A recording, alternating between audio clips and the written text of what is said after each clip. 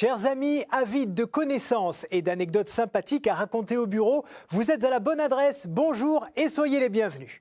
Bon, je parle du bureau là, mais faudrait-il qu'on y soit un peu déjà au bureau?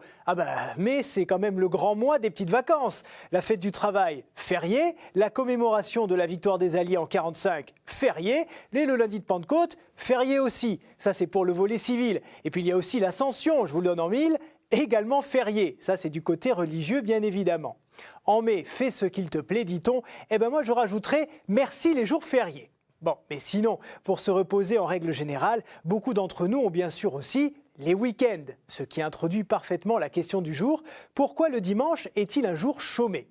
Pour tout comprendre, je vous propose de revenir à une époque où la Terre n'était qu'un astre morne et désert. La Genèse raconte que pendant 6 jours, Dieu crée le jour et la nuit, les océans et les continents, la végétation, le soleil et la lune, ainsi que les animaux et les premiers humains.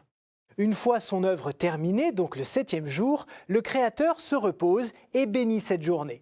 Il veut également en faire profiter les hommes, leur offrir un moment spécial pendant lequel ils peuvent apprécier le travail fourni tout au long de la semaine et remercier le Seigneur pour ses bienfaits. Il leur dit que le repos est aussi essentiel que le travail. Ce répit hebdomadaire est donc institué officiellement, si je puis dire, puisqu'il figure parmi les 10 commandements que Dieu dicte à Moïse au moment de l'Exode. Un commandement qui est d'ailleurs accompagné de conseils très précis et de rituels qui sacralisent ce moment et tous ceux qui le vivent. Mais en ce temps-là, ce n'est pas le dimanche qu'on se repose, c'est un Shabbat qui est notre actuel samedi.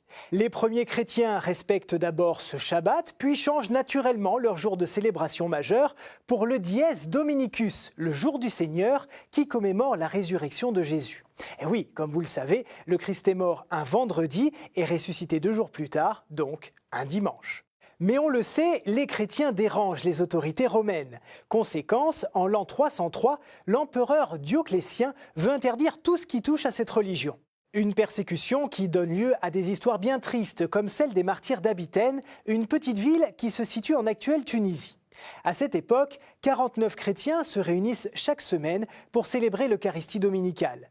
Ils sont découverts, arrêtés puis exécutés, mais juste avant, l'un d'eux lance au tribunal « Sans le dimanche, nous ne pouvons pas vivre », preuve du caractère vraiment sacré de ce jour dédié à la résurrection.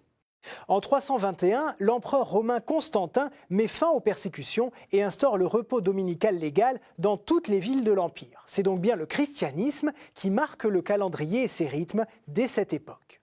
C'est d'ailleurs pour cette raison que bien plus tard, en 1793, la Révolution française veut effacer toute religion de la culture. Elle remplace les saints du calendrier par des vertus ou des plantes, elle change le nom des mois et elle abolit la semaine de 7 jours, clairement liée à la Bible, pour réinstaurer la décade. Du coup, les travailleurs n'avaient plus qu'une journée de repos tous les 10 jours. Mais bon, finalement, le calendrier grégorien, qui est celui qu'on connaît actuellement, ainsi que le dimanche chômé, sont rétablis en 1805.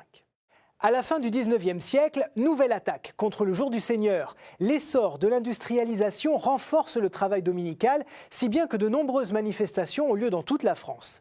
Ainsi, en 1906, une loi instaure officiellement le repos le dimanche, après 6 jours de travail. D'origine chrétienne, le voici donc tout simplement appliqué civilement. Mais malgré ça, on voit bien que le dimanche chômé est toujours menacé. D'un côté par le souci de produire toujours plus, et puis peut-être aussi à cause d'une sous-estimation des besoins spirituels de tout un chacun. Quoi qu'il en soit, voici que vous savez tout sur l'origine de ce repos dominical. Merci infiniment de nous être aussi fidèles et je vous souhaite une excellente semaine. À bientôt pour de nouvelles aventures. Au revoir.